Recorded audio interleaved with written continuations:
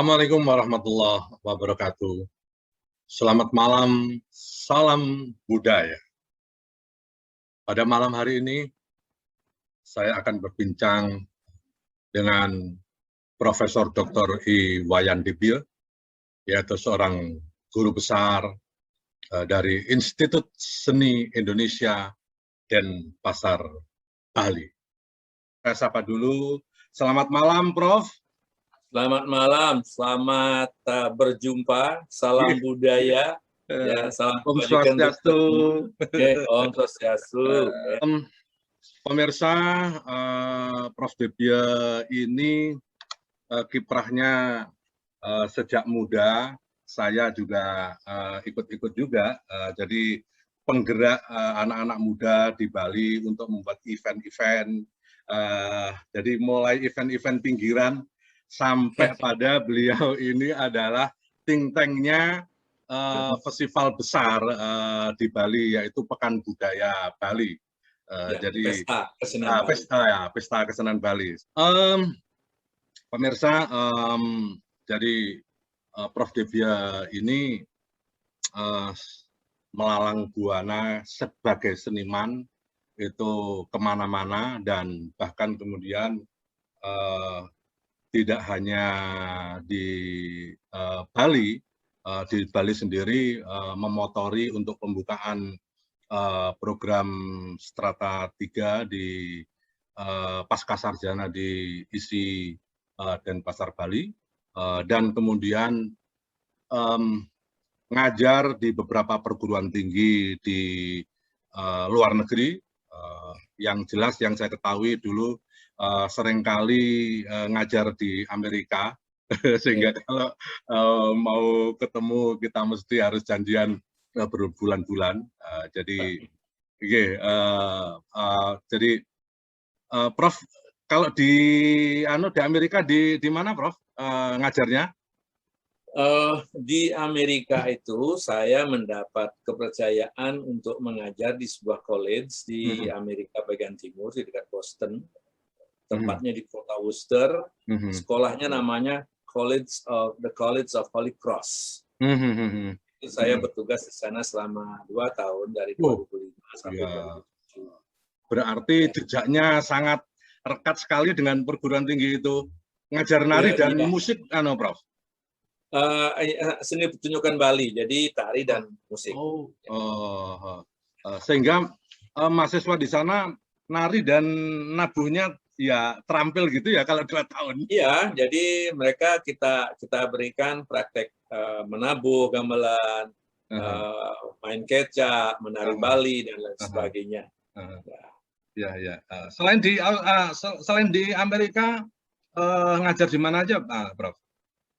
Sejak kembali dari Taiwan, itu kan pertama setelah ke Amerika, itu 2016, saya diundang untuk menjadi dosen tamu selama 1 semester di Taiwan, di TNUA. Setelah Pak Sal pensiun, lalu didatangkan saya selama 1 semester mengajar di sana, dan setelah itu lalu mendapat kepercayaan untuk menjadi dosen tamu di Australia, di Melbourne University, khusus untuk bagian seninya, yaitu di Victoria College of the Art.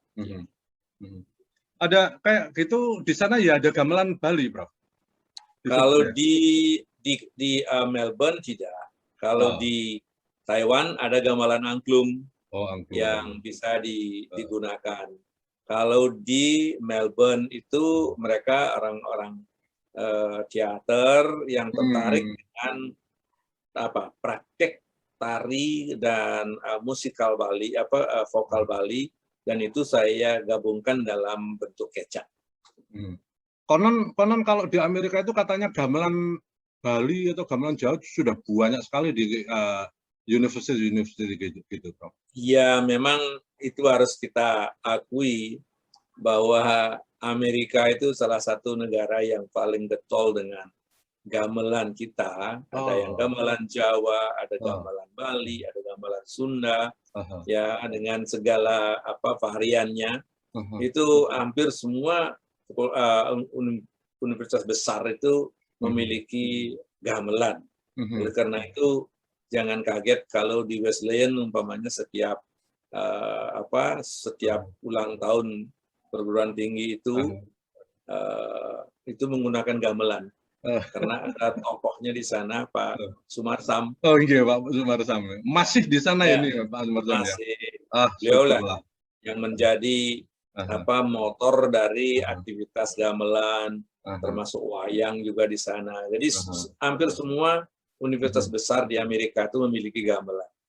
Begitu bangganya mereka memiliki gamelan, kita seharusnya lebih bangga lagi, Mas. Iya. Pemirsa, jadi Prof. Debia ini pengalaman mulai muda sampai sekarang itu masih saja ada di seputar kesenian dan masih sangat aktif. Dan yang menarik, pemirsa, adalah Festival Ramayana Internasional tahun 71, artinya 50 tahun yang lalu. Beliau ini ternyata juga salah satu peserta delegasi dari Bali yang hadir di Candrawilwatikta. Nah, saya ingin ada kesaksiannya, Prof, seperti apa dulu dan masih usia seberapa, terus datang di Candra itu ada kesan apa? Gimana, Prof? Wah, ini harus saya kaitkan juga dengan festival sebelumnya. Ya. Itu kan tahun 69 saya terpilih menjadi penari Hanoman untuk kontingen Ramayana Bali di Festival Ramayana Nasional di Prambanan. Bisa dibayangkan kalau di Bali kita main di sebuah panggung paling lebar itu 10 kali 10 paling lebar. Di Prambanan tiba-tiba aja kita melihat sebuah lapangan sepak bola. Nah, artinya keterkejutan saya itu seperti itu. Bagaimana bisa menari menjadi Hanoman Bali sendiri. Itu harus menaklukkan ruang yang begitu besarnya. Nah, untungnya ketika itu saya masih muda. Tenaganya kayak kuda. Dan rasa takutnya hampir nggak ada. Jadi dua itu yang menyebabkan saya nekat saja ya. Anak muda kan biasa seperti itu. Ya. Jadi nekat saja, pokoknya ruang ini harus ditaklukkan, harus kita isi sepenuh-penuhnya. Jadi jadilah saya penari yang betul-betul menguras tenaga betul untuk mengisi itu. Nah, setelah festival ini selesai 2 tahun kemudian kembali saya dipercaya untuk menjadi Hanoman untuk di Festival Ramayana Internasional.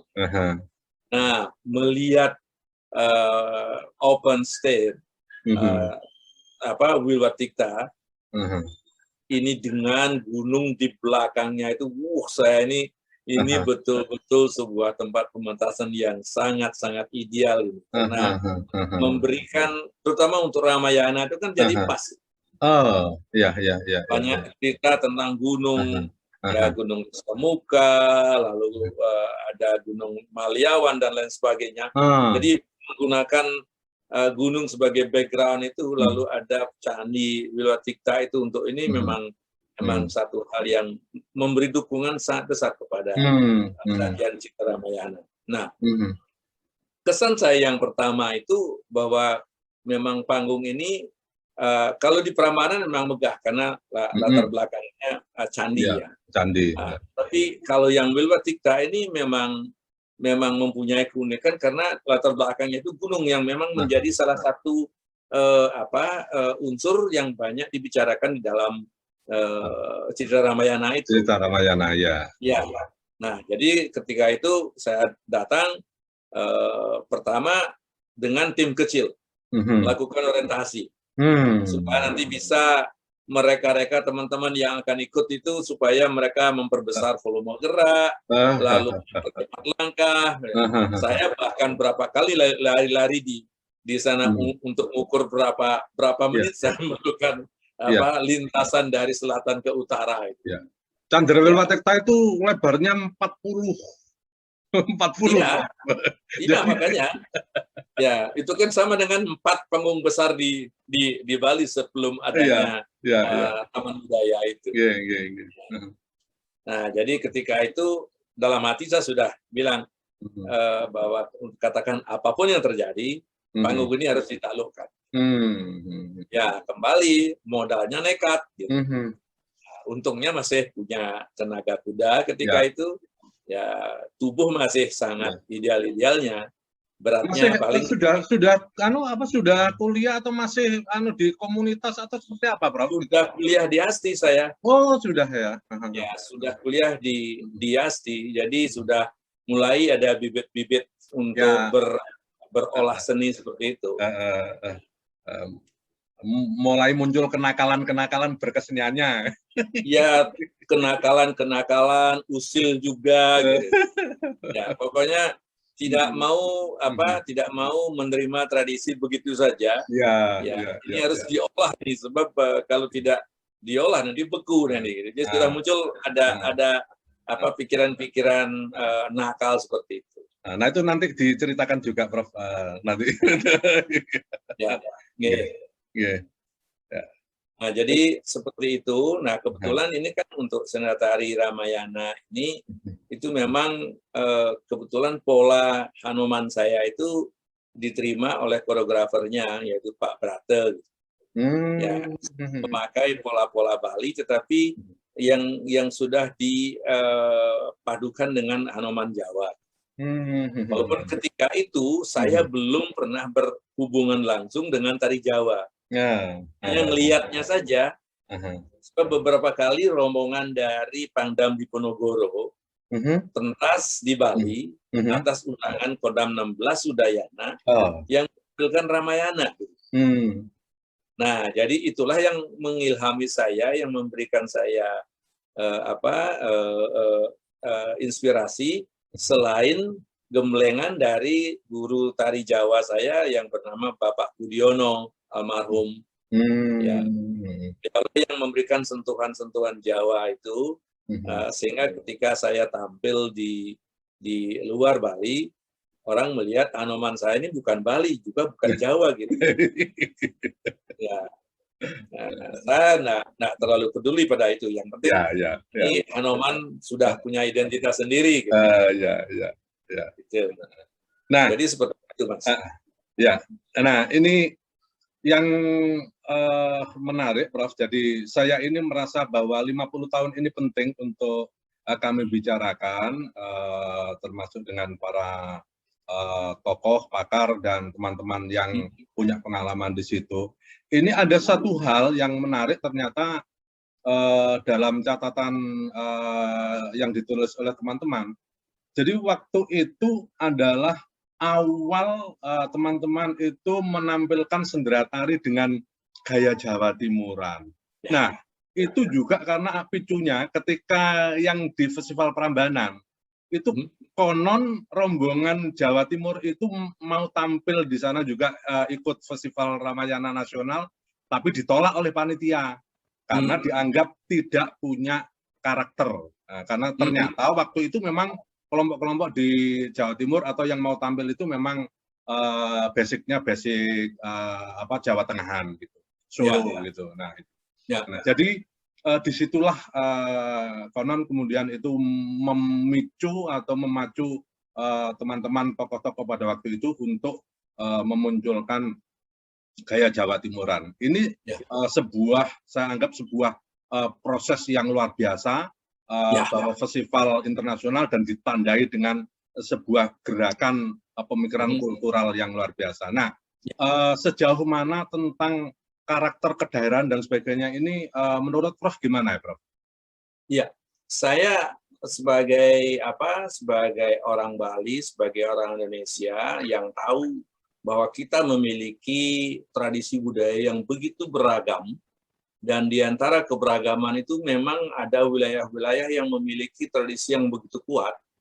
Nah, bagi saya ini penting supaya kita bisa membedakan antara ekspresi Ramayana dari Jawa Tengah, umpamanya Jogja, Solo, kemudian ada Jawa Barat, Jawa Timur itu kan sangat penting bagi kita, apalagi kemudian ada Bali. Jadi kalau Jawa Timur ketika di Pandaan itu sudah bisa tampil dengan gayanya sendiri, walaupun sebelumnya sempat ditolak, bagi saya ini suatu keberhasilan olah pikir dan juga olah kreativitas dari para seniman dan teman-teman kreatif di Jawa Timur. Karena apa? Modalnya banyak. Ya, kalau kita bicara tentang topeng saja, di topeng Malangan itu kan salah satu yang kesenian klasik itu yang bisa tinggal dimasukkan cerita Ramayana-nya, nanti akan muncullah sebuah Ramayana baru. Jadi bagi saya itu sangat penting, Mas, untuk kita tetap kembangkan, kita tetap pertahankan, dan kita tetap bangun gaya-gaya daerah itu supaya budaya kita itu tidak merata di seluruh tanah air. Seperti kalau di Bali itu ada di masing-masing mungkin kecamatan atau wilayah-wilayah tertentu itu kalau orang kita kan tahu itu bahwa itu kesenian Bali, tapi mungkin di situ ada yang juga sebenarnya masing-masing juga punya karakter sendiri gitu, Prof. Iya, betul, Mas. Iya, jadi kalau kita bercermin kepada Bali, walaupun pulau-nya kecil, tapi budayanya tidak homogen. Ya. Beragam. Umpama saja kalau kita bagi dua, itu Bali Utara, Bali Selatan. Ya. Bali Utara itu beda sekali ekspresi seninya dengan Bali Selatan. Bali Selatan senternya itu kan dari Klungkung sampai Tabanan. Ya. Yang di tengah itu adalah Badung, Gianyar, dan Pasar sama Bangli, itu yang di tengah. Tapi yang agak ke pinggir itu adalah Klungkung sama Tabanan. Lalu di utara itu wilayah utara tuh Buleleng, gaya Bali Utara itu dari wayang wongnya beda, dari kuliahnya beda, ya. Dan ini perlu kita tetap pertahankan. Nah di barat sama di timur lain lagi, ya. Selain bertemu budaya Bali Selatan sama utara di timur, di sana juga ada unsur Sasaknya. Di barat sama juga ada pertemuan antara budaya Bali Selatan sama utara, ada persinggungan dengan Madura dan Banyuwangi. Jadi menarik sekali, Mas. Jadi, oleh karena itulah sayang sekali tiba-tiba karena kita merasa ingin lebih gampang mengaturnya, kita ratakan itu. Ini akan kerugian besar. Gaya-gaya daerah itu harus tetap kita pahami. Ya, Prof. Jadi 50 tahun yang lalu, saya nggak tahu apakah di Bali sudah ada amphitheater atau belum, tapi 5 tahun yang lalu bahkan itu Candrawilawati itu dibangun sekitar tahun 65. Jadi sebelum 71 itu sudah dibuat penampilan-penampilan, walaupun kemudian ada peristiwa politik, terus kemudian berhenti dan sebagainya. Nah, waktu itu apa yang ada di benak Prof? Jadi Jawa Timur ini sudah punya panggung seperti itu, terus sudah menyelenggarakan, mungkin penyelenggaraannya mungkin saya nggak tahu apakah nasional atau tetapi yang jelas Jawa Timur sudah punya event internasional. Jadi tahun itu. Nah, itu dengan kemudian perkembangan sampai sekarang dan sebagainya, itu Prof lihat seperti apa? Sementara mungkin Bali waktu itu saya nggak tahu mungkin apakah sudah punya atau enggak, tapi sekarang begitu Bali begitu gegap gempita, tetapi Jawa Timur mungkin di pandangan Prof seperti apa ini? Begini, Mas, memang sarana, jadi infrastrukturnya kita kan sudah punya ini panggung besar. Ya. Ketika wilayah kita sudah beraktivitas di Bali, kita belum punya, belum punya panggung besar. Sehingga pada waktu Festival Ramayana Internasional dilakukan di Bali, kita harus meminjam sebuah halaman pura di Denpasar, namanya Pura Satria, milik Satria, untuk dibangun sebuah panggung yang besar. Ya, di sanalah Ramayana Internasional diadakan dengan menampilkan Ramayana dari Thailand, dari Malaysia, dari Jawa, dan lain sebagainya, untuk bisa kita menampung tampilan yang besar itu. Dan sedikit kembali ke impresi saya kepada panggung Cita ini, saya ketika itu nggak takut naik candi itu. Sampai bayangan juga, saya, ya bayangan saya ketika itu kalau toh saya jatuh di sini dan mati, ini saya rela gitu. untuk kesenian. Ketika itu nekatnya seperti itu loh. Ya, jadi tembok yang dari depan itu kan kelihatan tidak terlalu tinggi kan. Tapi kalau di belakang itu kan agak dalam itu. Oh iya, dalam, belakangnya dalam sekali. Nah, makanya saya jalan merangkak di atasnya itu nggak ada rasa takut sama sekali. Begitu nekatnya ketika itu. Nah, kembali kepada ketersediaan dari panggung besar ini, memang mungkin ada beberapa persoalan yang perlu kita tata untuk mengisi, untuk mengisi panggung yang begitu megah dan sangat luar biasa ini dengan melakukan event-event baik nasional maupun internasional, dan Festival Ramayana Internasional tahun 71 itu sudah selayaknya dijadikan sebagai perangsang stimulan agar muncul event-event seperti itu lagi di Jawa Timur. Karena ruang ini bagi saya, apalagi kalau kita pentas di musim-musim yang bagus gitu ya, duduk di sana saja itu sudah menjadi satu kenikmatan luar biasa. Apalagi kalau ada atraksi-atraksi di panggungnya sendiri, itu akan menjadi satu sajian yang sangat memukau. Ya, Prof, seberapa pentingkah event festival itu? Karena saya juga melihat, ya mulai saya muda, saya ikut-ikut nonton dan datang ke Bali, bahwa Prof ini juga sangat getol sekali untuk menghidupkan komunitas-komunitas, menghidupkan dan kemudian buat event-event. Dan sebenarnya siapa saja sih sebenarnya yang harus berperan supaya itu ada sustainable dan sebagainya itu? Seperti apa, Prof? Saya kira ini perlu koordinasi atau perlu kolaborasi antara pihak seniman dengan komunitasnya dengan pemerintah.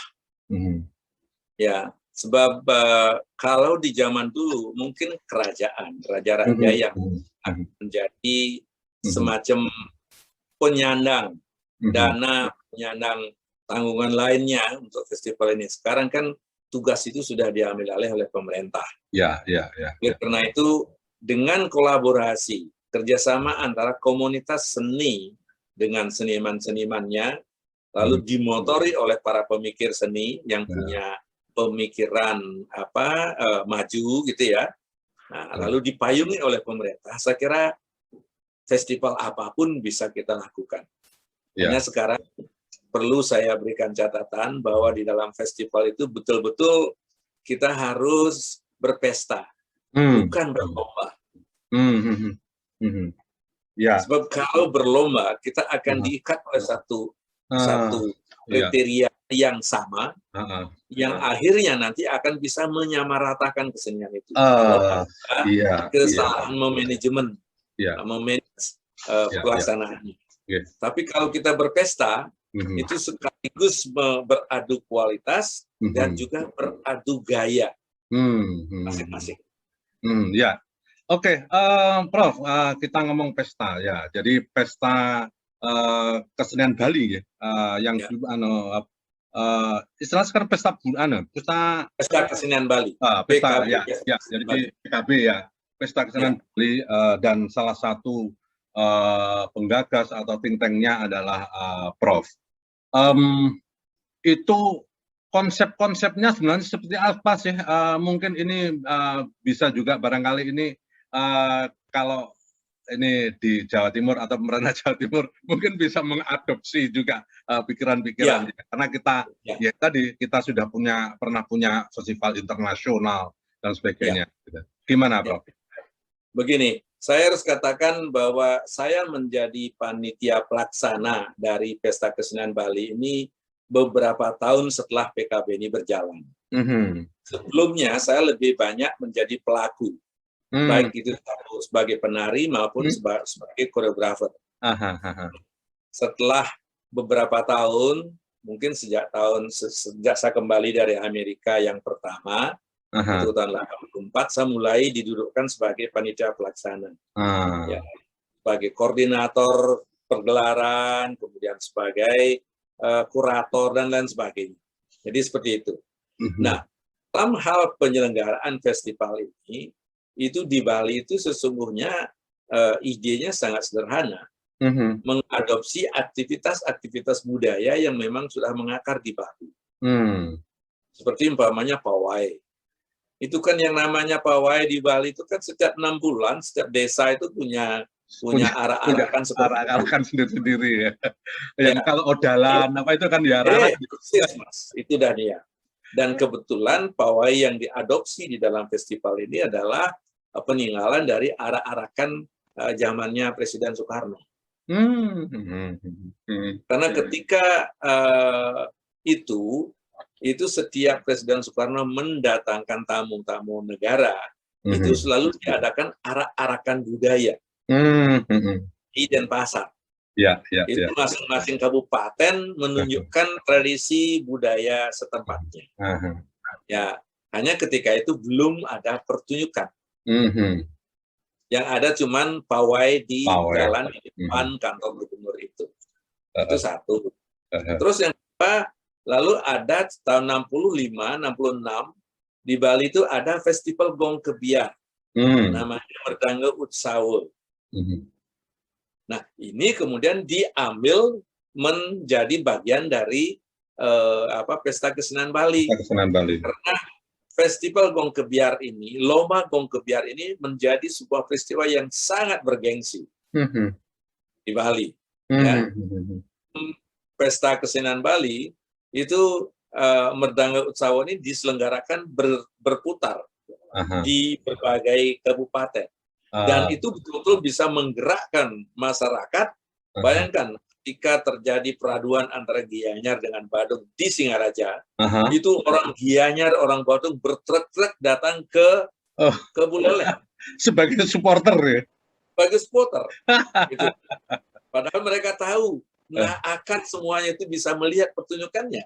Nah, tapi sebagai sebuah cerminan rasa solidaritas kedaerahan, mereka di luar tidak sorak-sorak, tapi pokoknya batin mereka itu memberi support jago. Nah, ini ditangkap juga sebagai bahan dari festival ini, sehingga alhamdulillah ada bagian lomba di sana. Ya, lalu pertunjukan biasa itu kan namanya Bali-Balehan di Bali itu kan sudah biasa itu. Nah, tinggal diperbesar skalanya untuk memenuhi kepentingan panggung-panggung yang ada di center. Nah, lalu yang lain adalah pameran, serasehan, dan workshop itu. Nah, itulah yang menjadi inti dari kegiatan Pesta Kesenian Bali sampai sekarang. Nah, yang sekarang saya lihat mulai banyak sekali peserta-peserta dari luar negeri ya. Itu mulai sejak tahun ini, Mas. Itu mulai sejak tahun 1985. Itu yang mengawali datangnya dari luar itu adalah Gamelan Sekarjaya. Jadi dia ingin bergabung sendiri ya, mungkin tidak diundang tapi mereka minta diundang gitu ya. Ya kombinasi dari, kebetulan ketika itu kan 84 kan saya ada di Amerika ketika itu. Saya menjadi salah satu guru dari mereka.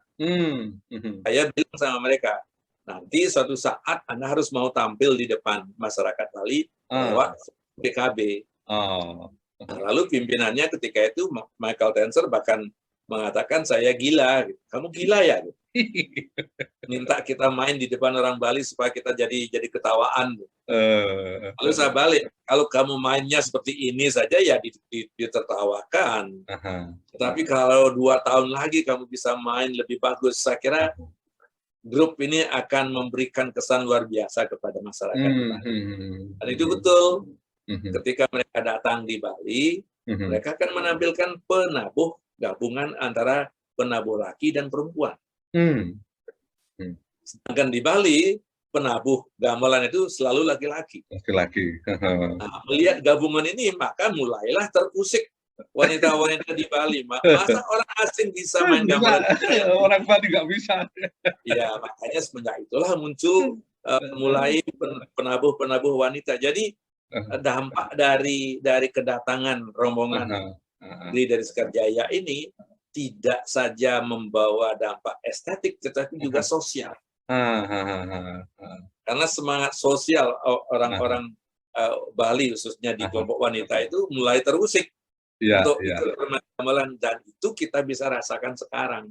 Karena sekarang banyak penabuh-penabuh wanita. Ini di YouTube ini malah udah banyak itu yang grup yang perempuan semua dan bagus-bagus. Yang tampilnya nggak kalah jauh dari yang laki-laki itu. Nah, inilah sumbangan besar dari Pesta Kesenian Bali itu. Makanya saya sering mengatakan bahwa tanpa ada Pesta Kesenian Bali, mungkin perkembangan kesenian Bali yang kita lihat sekarang ini tidak seperti ini. Karena bagi saya satu hal yang disumbangkan oleh masyarakat Bali yang sering kita tidak pahami adalah membangun kebanggaan. Membangun rasa kebanggaan terhadap budaya sendiri. Buktinya anak-anak sekarang. Di Bali, anak-anak itu dengan bangga menggendong kendang, naik sepeda motor, pemandangan mana tidak pernah kita lihat mungkin di tahun 70-an. Mereka lebih bangga menggendong gitar daripada membawa kendang. Wah, sekarang itu pemain gener sekarang, Mas, pemain gener wayang itu. Wah, anak-anak itu begitu pinter-pinternya. Dan jadi bagi saya inilah kalau kita memanage festival itu dengan baik, ini dampak-dampak seperti ini yang positif ini bisa kita lihat. Oleh karena itulah saya mendorong bahwa di Jawa Timur ini dengan punyanya kita panggung Candra Bela Cita ini yang seperti ini perlu kita kondisikan supaya diadakan festival-festival dengan tema yang telah dipilih oleh panitia, dengan memperhatikan kalau tidak mungkin sebulan, mungkin seminggu atau 3 hari, tapi secara kontinu. Prof. Jadi tentang festival dan kepariwisataan. Jadi Festival Ramayana Internasional tahun 71 itu dibuka oleh Presiden kedua, yaitu Presiden Soeharto.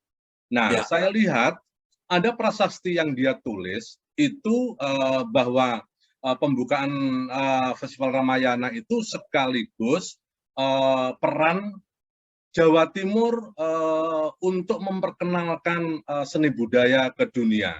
Artinya ini ada pikiran-pikiran tentang bagaimana Jawa Timur itu juga bagian dari sentra pariwisata dan penandanya adalah Candra Bela Cita. Nah, tapi ini sudah 50 tahun ya, sudah 50 tahun yang ada seperti ini. Nah, mungkin kalau dilihat memang Bali yang luar biasa. Ini saran apa, Prof, supaya ini tentang kepariwisataannya juga bisa up seperti itu. Gimana, Prof?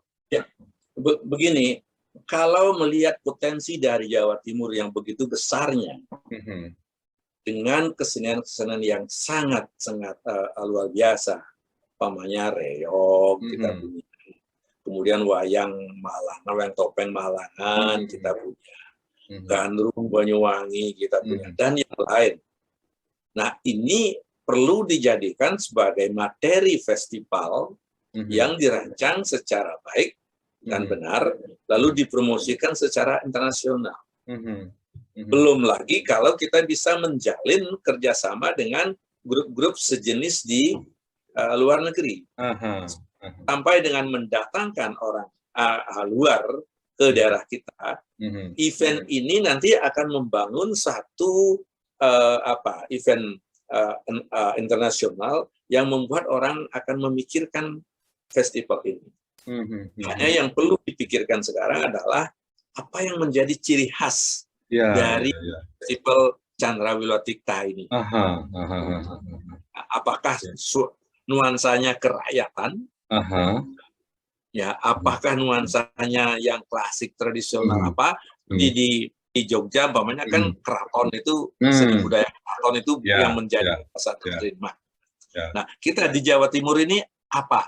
Nah, kalau mau umpamanya yang kerakyatan, saya kira ini akan menjadi sebuah festival yang sangat berbeda. Ya, Prof.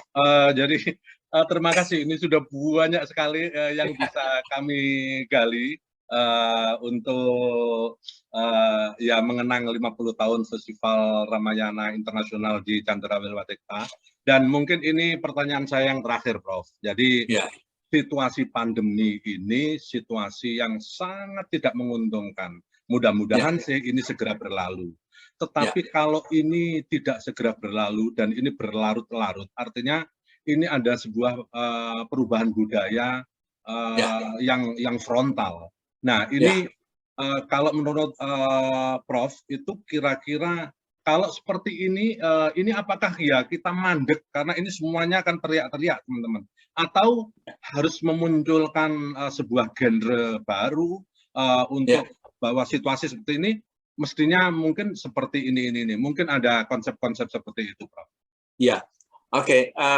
Yang pertama saya harus katakan bahwa kondisi pandemi ini walaupun membatasi kita, tetapi kalau kita secara kreatif mengatasinya, saya kira kita akan bisa menghasilkan sesuatu. Satunya umpamanya kita membentuk format-format pertunjukan baru. Ya, salah satu umpamanya pertunjukan yang direkam, ya, kemudian disiarkan secara virtual. Itu kan banyak dilakukan sekarang. Hanya yang menjadi catatan saya, apa yang membedakan sajian virtual dari Jawa Timur yang berbeda dengan virtual dari daerah lain. Terus yang kedua, memang persoalan pandemi ini kan seringkali menjadi rem yang memaksa kita tidak bisa kemana-mana. Tapi sesungguhnya kalau kita maknai secara baik, ini sebetulnya momen yang sangat bagus juga untuk memikirkan konsep-konsep. Ya, jadi untuk disiapkan nanti begitu keadaan mulai mereda, nah kita sudah siap dengan konsep-konsep ini. Nah, jadi jangan justru ketika kita harus bekerja dari rumah, ya betul-betul di rumahnya itu bermalas-malas. Nah, jadi umpama saja kalau sudah ada pemikiran untuk membuat festival apa, itu sudah mulai Mas Rafiq bisa menghubungi teman-teman itu dibuatkan konsep festival, ada yang memikirkan tema-tema yang akan dibuat, lalu ada yang memikirkan mulai garapan-garapan yang ini. Nah, sehingga dengan begitu nanti pada waktunya itu akan bisa ditampilkan begitu tanpa harus menunggu lama. Sebab kalau umpamanya nanti kondisinya sudah mulai mereda dan normal, baru kita berpikir selamat kita. Yang ketiga, Mas, tolong nanti dirembukkan sama teman-teman ini warna festival atau warna kegiatan kesenian yang diinginkan oleh teman-teman di Jawa Timur itu seperti apa. Saya tahu bahwa gesekan dengan Jawa Tengah ya, itu keras ya, dan di ujung timur gesekan dengan Bali juga keras gitu ya. Tetapi itu kan sudah menjadi warna budaya Jawa Timur yang akhirnya mengental dia ke Jawa Timurannya. Nah, itulah yang harus didorong supaya dia yang Jawa Tengah sama Bali itu menjadi pengayanya, tapi tetap identitasnya Jawa Timur gitu loh. Jadi Jawa Timur itu ada Jawa Timur yang Mataraman, ada Jawa Timur yang Banyuwangi itu yang lekat dengan itu janger kayak di Banyuwangi itu janger itu semua musiknya, semua ininya, semua itu Bali tapi ketopraan. Jadi rasanya Jawa. Mas, harus saya katakan, saya kan pernah sebulan di Patoman itu. Iya, jadi rasanya beda sekali memakai gamelan Bali, tetapi tidak seperti Bali. Uniknya di sana itu. Ya, jadi inilah potensi-potensi yang perlu diangkat di dalam Festival Jawa Timur ini nanti kalau mau seperti itu, dan ini perlu pembinaan yang agak panjang. Gitu. Ya. Oke. Prof, sudah banyak sekali ilmu yang diberikan kepada kami, dan mudah-mudahan ini pemirsa juga bisa mengapresiasi karena banyak hal yang kita bahas pada malam hari ini. Dan akhirnya saya terima kasih pada Prof. Pemirsa, selanjutnya kita saksikan bersama pertunjukan Ramayana dari negara Myanmar, dokumentasi dari Festival Internasional Majapahit tahun 2013 oleh Dinas Kebudayaan dan Pariwisata Provinsi Jawa Timur, UPT, PLS, dan Ekonomi Kreatif Wilwatikta. Selamat malam, sampai jumpa besok di waktu dan channel yang sama. Assalamualaikum warahmatullahi wabarakatuh. Salam budaya.